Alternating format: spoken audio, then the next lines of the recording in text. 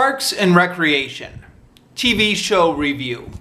So this is yet another part of my television addiction series.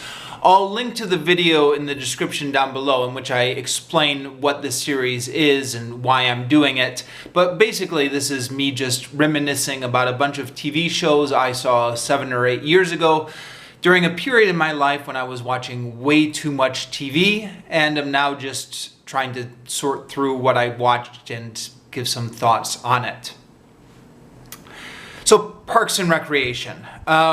With apologies, this is yet another entry where I don't really have a lot of intelligent commentary other than to just say that this show is really funny and I really liked it, which is what the general consensus is anyways.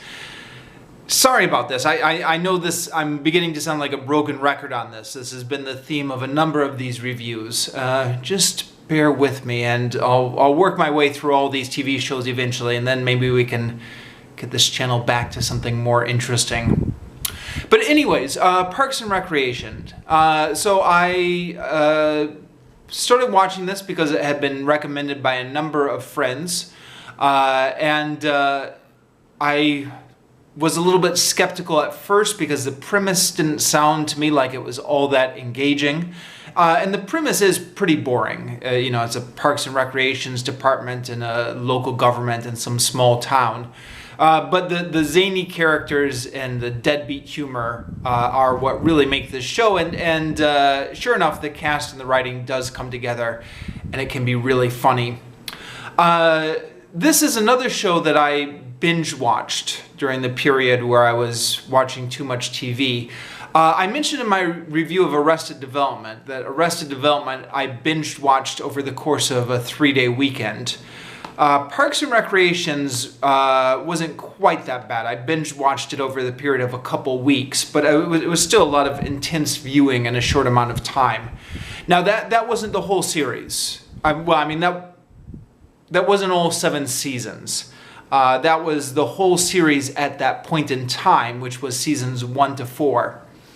I never really came back for seasons 5, 6, and 7.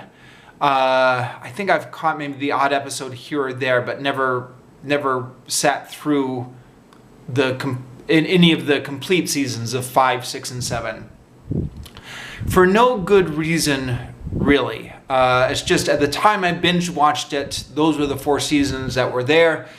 I just got sucked into it, and then by the time the other seasons got released, I felt like I'd moved on to other things and just never got sucked back into it. But yeah, those first 4 seasons were really funny, and I got completely sucked into them. Like most people, well, there's a number of highlights with the show. Ron Swanson is really great. Sorry, I'm starting to forget the names of the characters now. There are a number of really great characters in there. But like most people, I think my favorite character is Andy Dwyer, played by Chris Pratt, and April Ludgate, who eventually becomes his wife on the show. Andy Dwyer has an interesting character arc, as you know if you've seen the show. He starts out as like a jerk and kind of a something that's one of the main characters, Anne, has to get around her romantic entanglement to this jerk. But then he ends up becoming one of the main characters on the show and transforms into a lovable goofball, which the germs of which were kind of in his character from the beginning. He was never that much of a jerk. And he, of course, is played by Chris Pratt, who went on to become a genuine big-name movie star, the Star-Lord in Guardians of the Galaxy, and he was in the Jurassic Park movies. Yeah, like a lot of people, I first became a fan of his during Parks and Recreation. And in Parks and Recreation, he's playing as this kind of pudgy goofball. So when he got transformed into like a muscular physique for these Hollywood action movies like Guardians of the Galaxy, it was a big surprise at the time. Although that's so far in the past now, it seems like it's difficult to imagine a time when we couldn't think of him as a bankable action movie hero. But you perhaps remember what a shock it was at the time when he made that transformation. But yeah, Chris Pratt so completely sells that character as somebody who just is completely clueless, but has such a high inflated sense of himself. And also the scenes where he and April are play acting are my favorite scenes. They're everybody's favorite scenes, aren't they? They're scenes I can still watch again on YouTube again and again. The Burt Macklin FBI, or the other one, yeah, Burt Macklin FBI, when he's April Ludgate is playing Janet Snakehole, and then later in another one, April Ludgate is pretending to be Judy Hitler, the only daughter of Adolf Hitler. Which I don't know. Hitler humor has always been somewhat controversial. Although it's always been there, huh? All the way back to Charlie Chaplin or Mel Brooks or what have you.